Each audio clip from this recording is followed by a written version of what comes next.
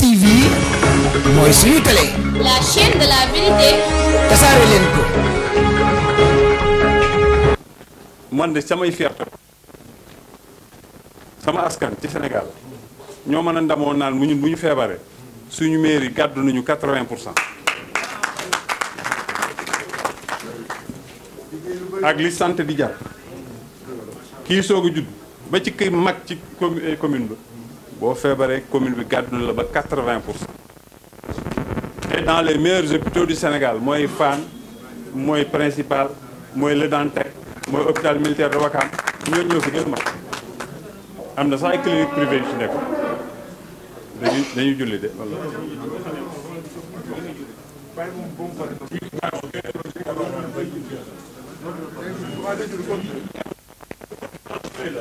kon loolu grand sëriñ ñu ngi ciy sant yàlla parce que souvent nga gis nit koo xam ne mairie dana ko fayal ba 6-8 millions ci ay frais médicaux ci benn nit te loolu bu système bi amuloon du sotti parce que boobaa maire mooy lampoosam wër ñi ko wër ñu dajale te du mat dara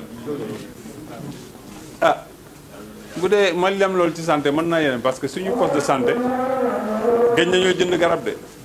am na ñu fiy liggéey xëy na ci poste de santé en tout cas bu ñu defee seen demande ñun mairie ñoo koy gàtt ci ay garab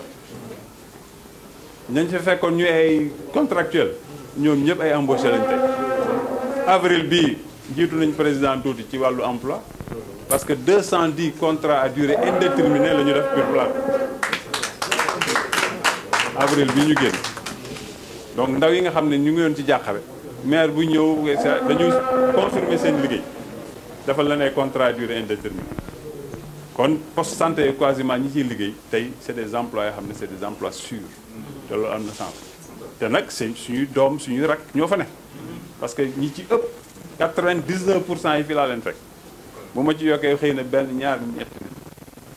yenn saa yi sax ñu mere ci nag parce que dañ naan politique boo ñëwee kay da ngay indi ay nit waaye doomi plateau koo fi génnee boo demee dugg ci kër ba way juróom loo koy wax ah sa bopp nga fekk kon éducation grand sérigne Mame Yacine Diagne fan yi ñu tàmbali defaraat ko mu bees tax nañu defaree El Hadj Bibi Ndiaye te El Hadj Bibi Ndiaye lu tax ma koy tudd bi ñu tàmbalee projet boobu ba indi ko conseil municipal ñenn ñi dañ ma ne éléphant blanc parce que yow da nga dof nan ngay indee projet boo xam ne li mu laaj moo ëpp budget Dakar Plateau parce que booba suñu budget tolluwul ca lii Bibi Ndiaye di laaj ci xaalis waaye maire Khalifa Sall dafa ma ne woon danaa ci dugal 1 milliard moo taxoon ma am fit bi dem ci waaye nag am na ba toogaat waaye 1 milliard ba mosul ñëw mais tey yàlla may nañu ñu defal ko suñu bopp ba pare te amee nañu ci kenn fistine grand sëriñ dama tàmbale sànq wax li ma fekk tey bu ma doon génn bëri plateau incha allah du ma fa bàyyi fistinu bor waaye nag li nit ñi di xool di ko dañ naan plateau am na xaalis muy suñu ñaq suñu liggéey maanaam ay mission yi ñu deful parce que amul njëriñ man bi ma ñëwee première année la ànd ak ay maire am na sox foog naa ko fi ñoon ñoo àndoon waaye bu ma demee gis ni li amalul benn njëriñ sama commune keroog laa fa gëj te yooyu moo daan lekk xaalis mission yu bëri yeeg waaw waruma wax daal parce que day mel ne damay ŋàññi samay morom ma noppi foofu rek du dëgg mais grand sérigne bu plateau defee 1 milliard de marché bu dee na ma daan tëddee 1 milliard yooyu da nga cee war a yokk 25% muy ñaata du 250 millions kon loolu boo ko defee ci at doo am excédent bi nga am ma joxe foofu benn piste rek pour ñu comprendre lu waral tey plateau bu yóbbee këyitam perception da ko war a fay parce que trésor yi ngi yor ñun suñu alal lu weesu 13 milliards yoo xam ne ñoo ko moomal suñu bopp loolu waxuma waxi budget mais ci li ñuy liggéeyee loolu nag moom ma teqee 7 milliards 2 yi nga xam ne boobu ba léegi maa ngi koy xeex depuis 2019 parce que Sandaga dañu ko bëggoon tuxal loolu mooy dëgg yi Sandaga projet yi ci amoon amu ci woon benn boo xam ne dafa fas yéene woon tabaxaat Sandaga dañ ko bëggoon yóbbu Petersen def fa li ñuy wax la rotonde Sandaga ñu def fa leneen ñun waa plateau nag dañoo soxla marché parce que ñun foofu lañu dëkk tey yow xam nga ni suñu waa kër yi dañuy jël taxi dem duggi feneen moo waral ñu tee ko la ca des Sele Pay am na ñu ci junj waxtu bilan danañ ko wax mais ñun li ñu yitteel mooy boo ñu waxee cadre de vie moo ñu sonnal parce que bés bu yàlla sàkk boo taxee autoroute wala nga taxaw corniche nga gis oto yi dugg si fii suba teel danga naan ñii fan la ñuy gaare wu biir Plateau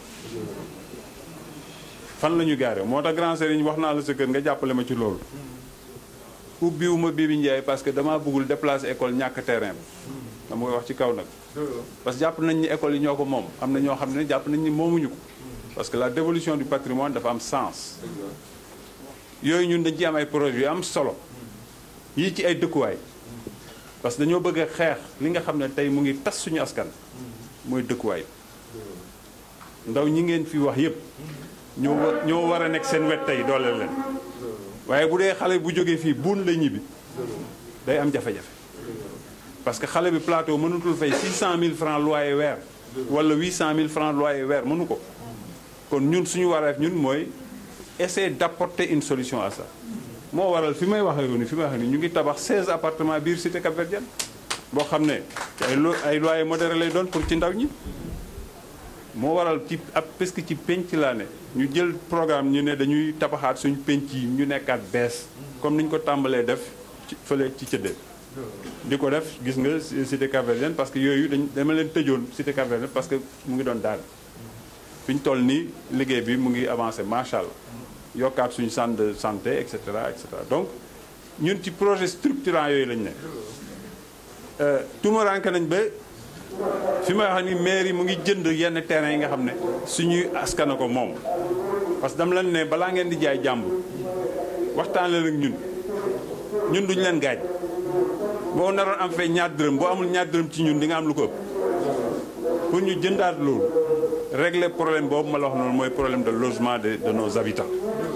parce que li tubaab di wax rupture par l'immobilier moo ñu dal tey maanaam xale yi il faut ñu am fu ñu dëkk bu dee kër bàyyi dafa xat te nga war a jël soxna ak yooyu da ngay dem loué ji fa nga mën a fay nga yor fa say doom ñu juddu fa màgg fa foofu moo leen di yitteel waaye du fii loolu la tubaab di wax la rupture par l'immobilier noonu la ñuy casser suñu communauté kon suñu wareef mooy ñu taxaw ci loolu te paiement bi mu ngi trésor ñoo ko war a exécuter ñu tabaxaat foofu aussi ay immeuble loolu la ñu bëgg def ci penc bu nekk pour que bu ëllëgee quand même xëy na duñu saafara 100% mais au moins bu dee mairie bi indi na 40 ba 50% muy jéego yu am solo di tàllal loxo suñu mbokk kuy jaay ba waxtaan ak ñun mën nga ko développer am loo xam ne toujours day des sa loxo nga koy exploiter am loo xam ne toujours sa loxo la ne parce que sa commune moo ko yor jàmbur du ko yor kon grand sëriñ bu newuma fi bu def bilan mais xam nga ab maire boo ko joxee kàddu day am envie wax la en tout cas jéego yi muy def cadre bi wax naa mooy suñu problème il faut que ñu régler stationnement bi te stationnement bi mooy li nga gis ci grande ville yëpp mooy il faut nit ki dafa am droit stationner bu ñëwee c'est un droit balaa nga ko naan fii mënoo fee taxaw il faut nga jox ko alternative ne ko fii nga war a taxaw donc il faut nga tabax ay parking te loolu il faut nga am foncier bi te plateau nag bi ngeen ma dénk patrimoine zéro ngeen ma dénk zéro amuloon benn patrimoine léegi lañ tàmbali commencé am ay patrimoine am ay action ci ay Sogédac on est actionnaire plateau est actionnaire dans Sogédac commencé di jënd ay foncier di tabax yoo xam ne à la kulli bi ndegam ñoo ko tabax ñun ñoo koy moom là actuellement ak la ville de Dakar dugal sama budget yoo xam ne ñetti projets yoo xam ne war nañ ko finaliser aussi avec des privés ñoom bu ñu paree rek man mu ngi sama budget loolu aussi c'est la notion de patrimoine toujours mais ci cadre de vie boobu j'aime rappeler 2009 bi ñu ñëw Petersen suuf la woon ak ay groupe ay kenn xamul yu fa nekkoon tànqal leen wet imam Petersen ngeen ni toog ba ñuy pavé Petersen kenn xalaatul pavage biir Dakar parce que c'était en 2010 bi ñuy pavé Ruxujine kenn xalaatul pavage fii c'était le même programme 2010 cité Cap-Verdienne bu ñu koy defar di defar canal bi di ko tëj di pavé tali bi c'était en 2011 2012 programme pavage tàmbaleegul biir Dakar kon loolu du tey parce que karo bi nga xamoon xaw ma ndax mu jógee fa jaar ñoo ko dindi woon defar tali bi et cetera mën naa ci lim yu bëri tey boo jëlee Daaru Salaam amuloon mètre goudron lépp suuf loon tey amul mètre suuf lépp goudron la mën naa ci wéy noonu ak li ñuy def Rebeuss mu des lu bëri parce que Rebeuss moo gën a yaatu yooyu mais ñu nekk ci liggéey boobu pour en tout cas yembali ko dañu doon Rebeuss zéro sable ci loolu la ñu nekk kon nag mbokk yi seen doom dafa ñëwoon fii man li ma gënoon a yitteel tey bu ngeen gisoon ko xam ne woolu ngeen ko yéen ci njàng ci jub ci gëm Ndakaaru nag ñëpp la mais gëm ko jàpp ni kii bu ñu ko joxee juróomi at yi ñëw ni day liggéey Dakar ak ñi mu àndal mu ànd ak aussi ñu sell man de bu ngeen ko joxoon ma jàppale ko. Rebeuss TV mooy suñu télé. La chaîne de la vérité. tasaare leen ko.